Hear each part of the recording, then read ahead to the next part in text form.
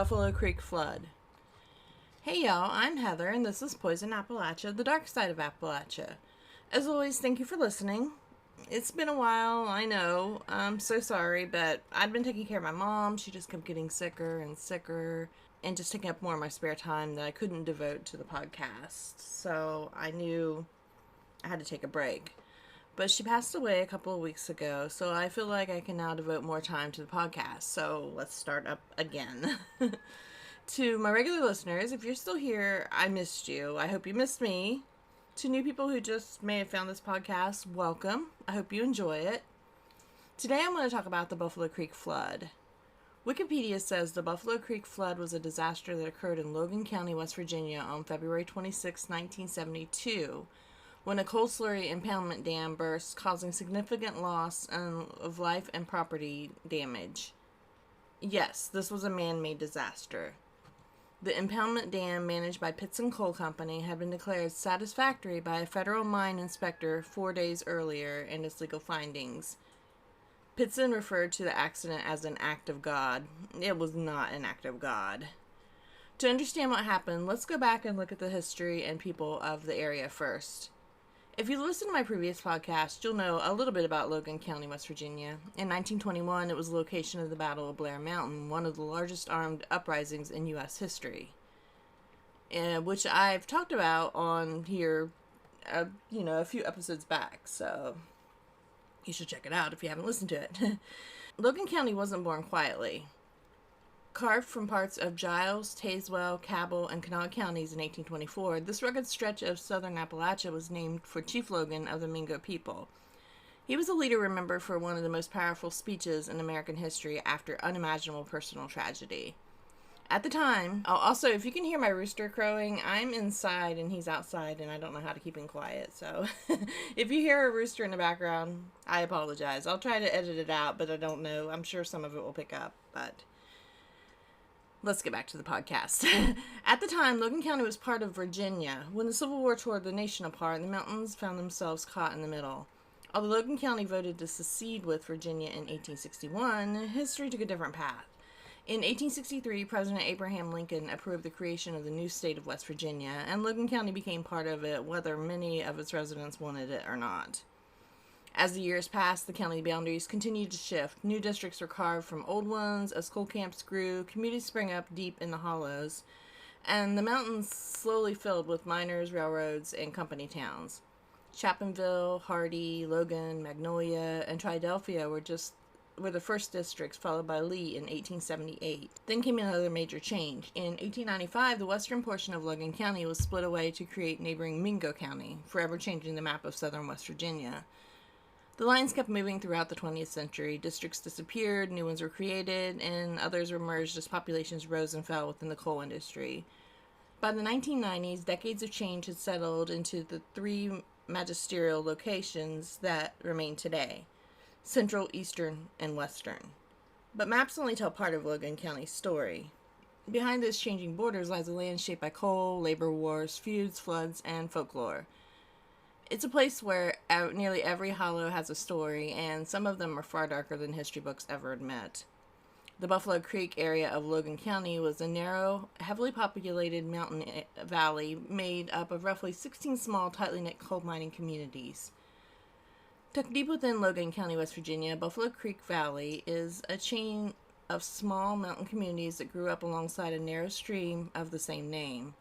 For generations, life here revolved around coal. The mines provided jobs, built towns, and drew families into the steep hollows where nearly every household depended on the industry for survival. When the Chesapeake and Ohio Railroad reached Logan County in 1904, the region's rich coal reserves could finally be shipped across the country. Almost overnight, the mountains became one of Appalachia's great coal-producing regions, bringing prosperity for some, but a tremendous cost for others. By the early 1970s, the mines along Buffalo Creek were operated by Buffalo Mining Company, a subsidiary of the Pittsman Coal Company. Above the community's enormous coal waste dams stretched across the hollows, holding back millions of gallons of black slurry. Most people living below trusted the dams would hold. History would prove otherwise. The residents lived on a narrow, roughly 400-foot wide floodplain across Buffalo Creek, hemmed in by steep mountain slopes. If you've not been to these old mining towns, you won't realize how narrow and steep these slopes are. You feel as if you're going to be eaten up by the mountains. They just look like they could swallow you whole. It's honestly kind of creepy to me. But, they grew up that way, so they're used to it. The region was deeply tied to the coal industry, dotted with mining camps that evolved into permanent residential towns after land was sold to private owners. Saunders, Pardee, Laredo, Lundale, Stowe, and 11 other communities made up the valley. The concept of coal mining camps were changing in the late 1960s and early 1970s. Most classic company-owned houses and company stores had already been sold off, privatized, or abandoned decades prior. Miners increasingly bought their own cars, drove on improved roads, and lived independently outside of strict mining company control. In the 1970s, West Virginia coal camps were undergoing massive changes due to shifting economics, mechanization, and labor movements. But people who lived here still were poor and didn't have a lot. Like many small communities, everyone knew each other and relied on each other to get through the leaner times. Coal miners and their families are proud people, but they are kind and compassionate people too. They're good people. Now that we know a little bit about the area, let's get to what happened. The rain started on February 22nd, 1972. Heavy and continuous rain fell over a 72-hour period leading up to the morning of February 22nd. The Logan County area accumulated roughly 3.7 to 3.8 inches of rain. It was a cold, dreary, and dark winter morning. Residual winter conditions, including earlier snowfall and melting drifts, were present in the parts of the higher terrain and valleys. February is such a dreary month already, but all of this rain and cold made it even worse. The persistent heavy downpours saturated regional coal waste dams. The extreme weather directly contributed to the catastrophic failure of the Pittston Coal Company's impoundment dam in Logan County early that morning. The Pittston Company, historically known as a major American coal producer and holding corporation, is best known for its deep roots in the anthracite and bituminous coal industries, its connection to major historical disasters, and also a landmark labor strike. The company originated in the 19th century as the Pennsylvania Coal Company in Pittston, Pennsylvania.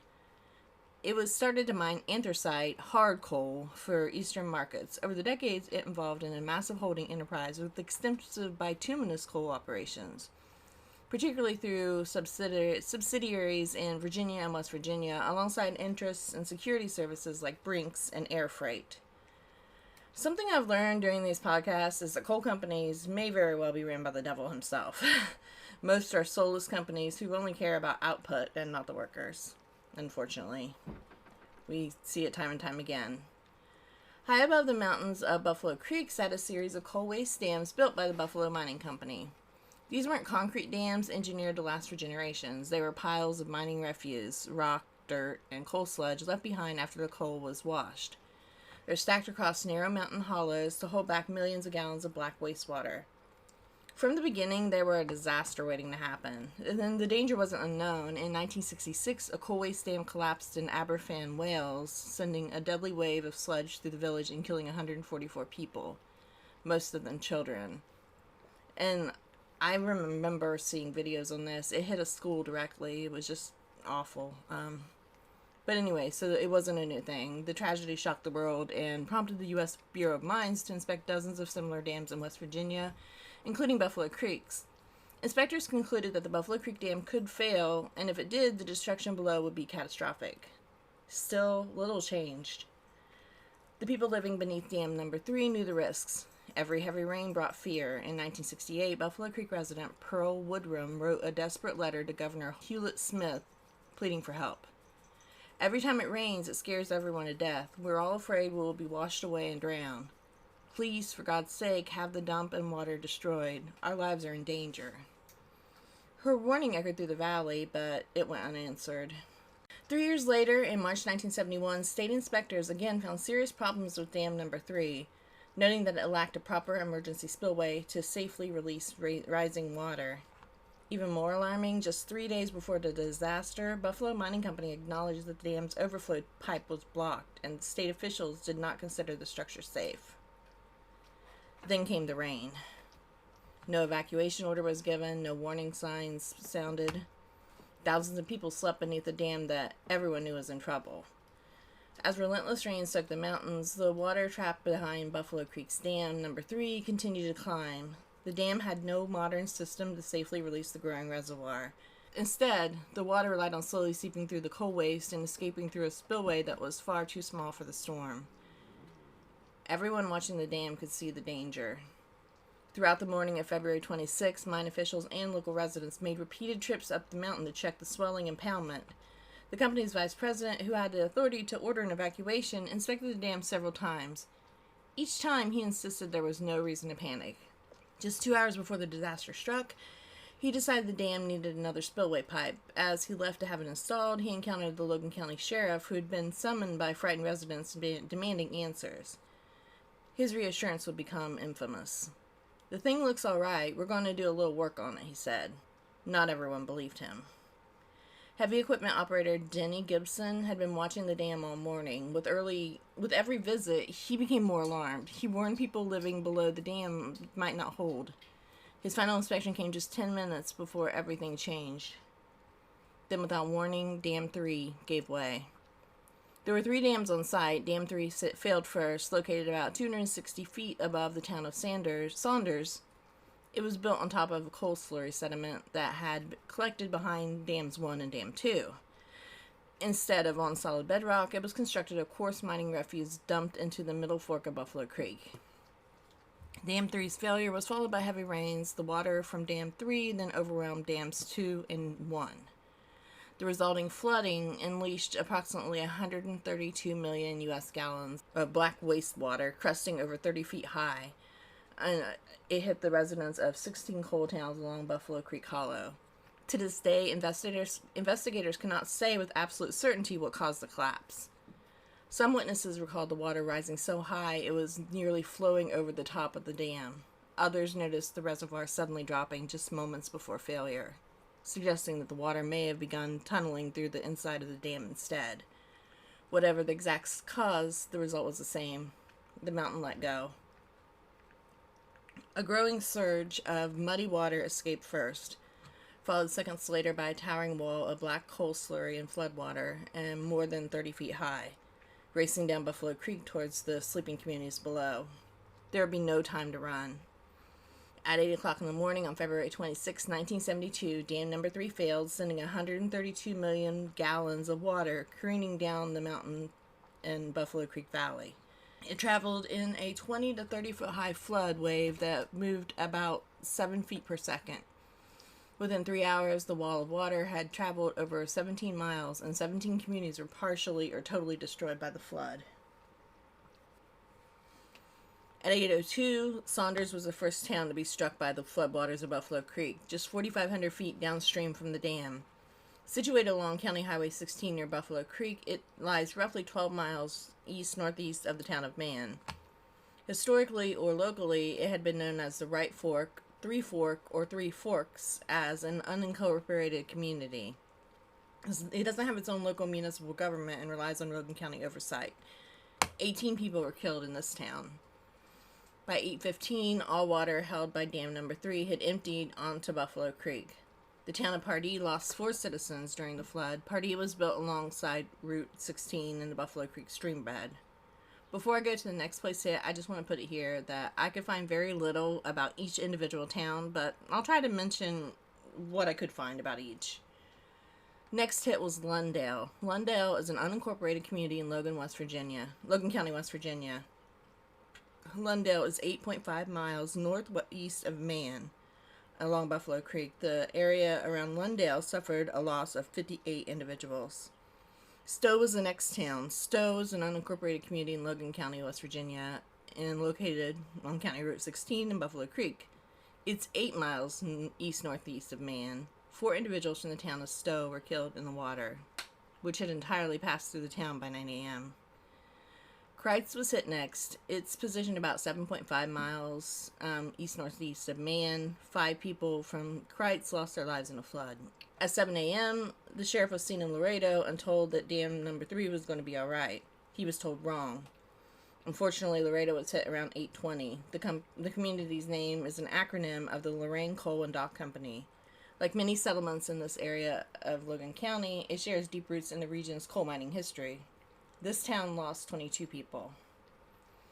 Latrobe was next. It lost 7 individuals in the floodwater and that had engulfed the town by 8:25. Latrobe is an unincorporated area along Route 16 and roughly 6.9 miles east-northeast of Man.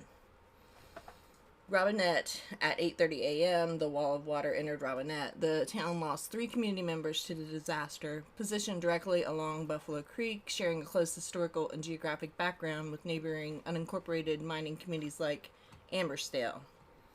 If you can't guess, the next town is Ambersdale. 7 people were lost from the community of Ambersdale. A large amount of debris was burned there after the flood.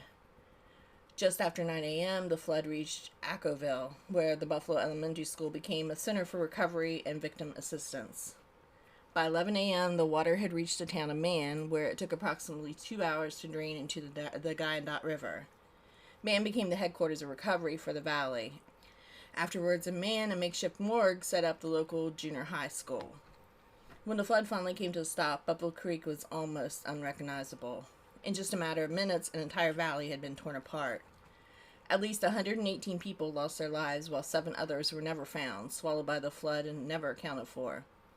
More than 1,100 people were injured, many carrying scars that would last a lifetime. The wave destroyed everything in its path. Over 500 homes were completely swept away, hundreds more were left severely damaged, and dozens of mobile homes simply vanished. 10 bridges were ripped apart, roads were washed away, and entire communities ceased to exist. Nearly 4,000 people were left homeless, but the numbers only tell part of the story. Families searched through piles of splintered lumber, hoping to find loved ones, or at least something to bury. Parents searched for children, children searched for parents, neighbors wandered the muddy valley looking for anyone still alive. 6 of the missing were never located, and some were found downstream. One of them weeks later in the Ohio River near Paducah, Kentucky.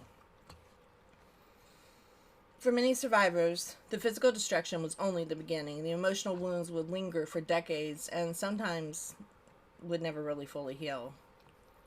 As rescue efforts turned into recovery, help poured into this devastated valley. Churches, volunteers, and emergency crews worked around the clock to care for those who had lost everything. The Salvation Army alone served more than 190,000 meals, established food and clothing distribution centers throughout the area. They converted local schools into emergency shelters and provided aid to nearly 4,000 families struggling to rebuild what the flood had taken. The water was gone, but for the people of Buffalo Creek, the disaster would never truly be over. Its legacy would live on in lawsuits, investigations, and generations of survivors who carried the memories of that terrible morning for the rest of their lives. In the days and weeks after the Buffalo Creek disaster, something remarkable happened. People from every corner of America reached out to a valley that they had never seen. Donations poured into Logan County by the truckload. Families opened their homes to survivors. Churches collected food. Communities gathered clothing, blankets, medicine, and whatever else they could spare. Letters of encouragement arrived from across the country, reminding those who had lost everything that they had not been forgotten. The outpouring became so overwhelming that relief workers eventually asked people to stop sending clothing because there was simply more than they could distribute. Governors, public officials, and community leaders offered condolences and assistance. Charitable organizations rushed in with generators, medical supplies, equipment, and volunteers to help rebuild shattered lives. Even children wanted to help. Scout troops organized fundraisers, school children collected donations, young people wrote letters asking what they could do for the families of Buffalo Creek, proving that compassion knows no age. For a brief moment, the tragedy had devastated one Appalachian valley, but it united people across the nation. The flood revealed the worst consequences of neglect, but it also reveals something else, the extraordinary kindness of ordinary people who refused to let neighbors face unimaginable loss alone. It's a reminder that one of Appalachian's greatest strengths has always been its people. When disaster strikes, they don't wait to be asked, they simply show up. When the floodwaters receded, another battle was just beginning.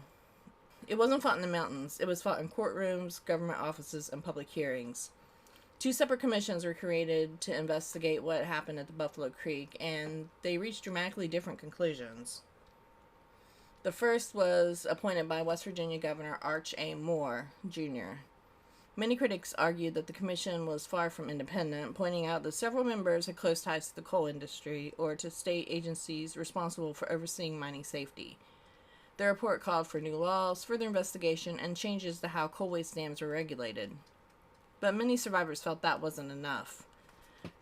Frustrated by what they saw as a conflict of interest, labor leaders, miners, and community advocates formed an independent citizens commission to conduct its own investigation. After reviewing the evidence, the commission issued a far more devastating conclusion. It argued that the disaster was not simply an accident, it was preventable.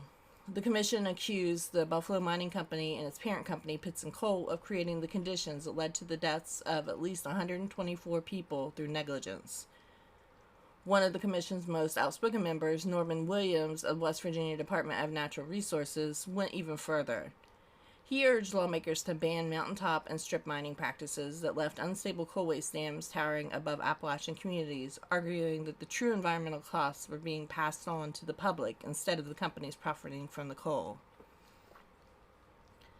The legal fight continued for years. West Virginia initially filed a $100 million lawsuit against Pitts and Coal to recover the costs of the disaster. But in 1977, just days before Governor Archimore left office, the state accepted a settlement of only $1 million, a decision that remains controversial to this day. Attorneys representing many of the survivors donated part of their legal fees to help build a new community center for Buffalo Creek, a promise that had been made in the aftermath of the flood. For many residents, however, no settlement could replace what had been lost. The homes could be rebuilt, the roads could be repaired, but the lives taken by Buffalo Creek and the questions surrounding who should have been held responsible, they still echo through the West Virginia mountains more than 50 years later. In 1988, after years of legal procedures, the state was forced to reimburse $9.5 million to the U.S. Army Corps of Engineers for flood recovery work. The Buffalo Creek flood prompted Congress and the West Virginia legislature to pass new laws regulating dam construction and maintenance. One bright spot after the disaster is the area is healing itself. Prior to the disaster, Buffalo Creek was a popular fishing spot. Due to the effects of the flood, Buffalo Creek would not support aquatic life long after the February 26, 1972 disaster. According to a 2022 account by the Associated Press, after extensive cleanup and remediation efforts, trout restocking began again in 2006. By February 2022, 50 years after the accident, trout once again were plentiful in Buffalo Creek. Today, more than 50 years later, a marker and memorial park near Man pay tribute to those who died and those who survived but have been haunted by the memories of the past 5 decades. Today, Buffalo Creek is quiet. The mines that once echoed with the sound of machinery and the voices of miners have long since fallen silent. Many stand abandoned, weathered by time, serving as monuments to the generations who spent their lives deep beneath these mountains. The black wave that once consumed the valley is gone. The creeks run clear again. Wildflowers bloom where coal slurry once buried homes, and trees reclaim hillsides that were stripped bare by industry. To a visitor passing through Buffalo Creek, it might seem like any other Appalachian hollow, but the mountains still remember. Scattered foundations, empty lots, and occasional abandoned homes are all that remain of communities that were erased in a matter of minutes. The landscape healed, but the scars beneath it never truly disappeared. On the morning of February 26, 1972, a wall of black water and coal waste thundered down the narrow valley, carrying away homes, families, and entire generations of memories. Those who survived have spent decades telling the story so it would never be forgotten. Because in Appalachia, the land keeps its secrets, and sometimes, if you know where to look, it also remembers its tragedies. Buffalo Creek is no longer defined by the flood, but neither will it ever escape it. So that's about it for today's episode. I hope you enjoyed it. As always, thank you for listening. I'm so glad to be back. You can follow me on social media under Poison Appalachia. I'm on Instagram, Facebook, Threads, TikTok, and YouTube. And if you could, on the podcast platform you listen to, could you please like and rate me? And share me, please. Let everyone know about my podcast. I know it's probably taken a big hit where I took a break, but maybe we can get the viewership back up some, or listenership, I should say, back up some. Thank you all for everything, all your support. I really do appreciate each and every one of you. Thanks, and have a great week, y'all.